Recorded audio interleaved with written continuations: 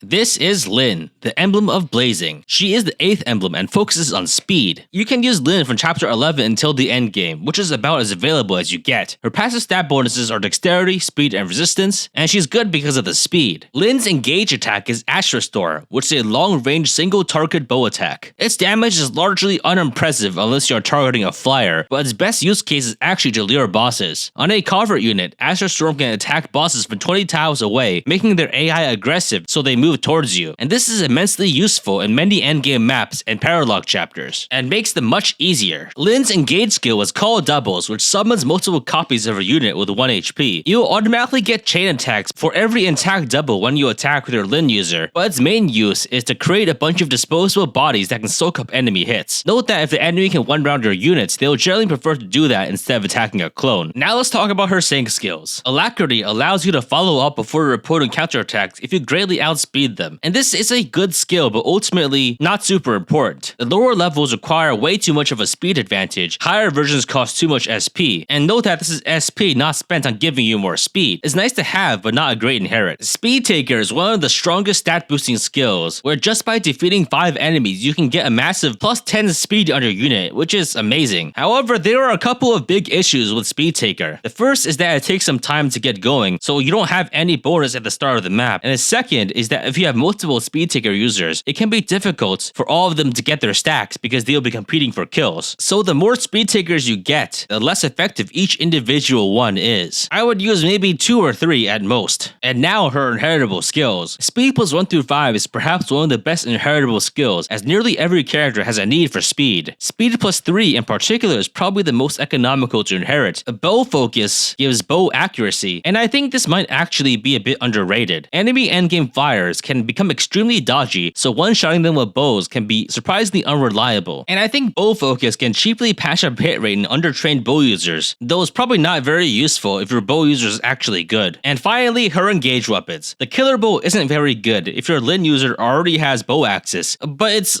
okay for non-bow users who just want to hit flyers a little harder. The Monikati is utterly useless because it only has 6 might, and the Mulagir is very strong, having a ton of might and plus 5 speed, making it one of the strongest bows in the game. Lyn's paralog is definitely worth doing for the extra stats and the Mulagir, and if you play it later in the story, you can greatly outlevel it to do it easily. Overall, Lyn just gives you so much speed. Inheriting speed plus 3 or Speed Taker is extremely cost-effective and powerful, and Astral Storm enables boss luring, which makes the entire endgame easier. Lyn is either best used on a covert unit for the boss leaders or anyone who wants Speed Taker for free, such as magic units, as they are typically most in need of extra speed to be able to one-round enemies. I give Lyn a plus 10 speed from Speed Taker out of 10. That's it, bye.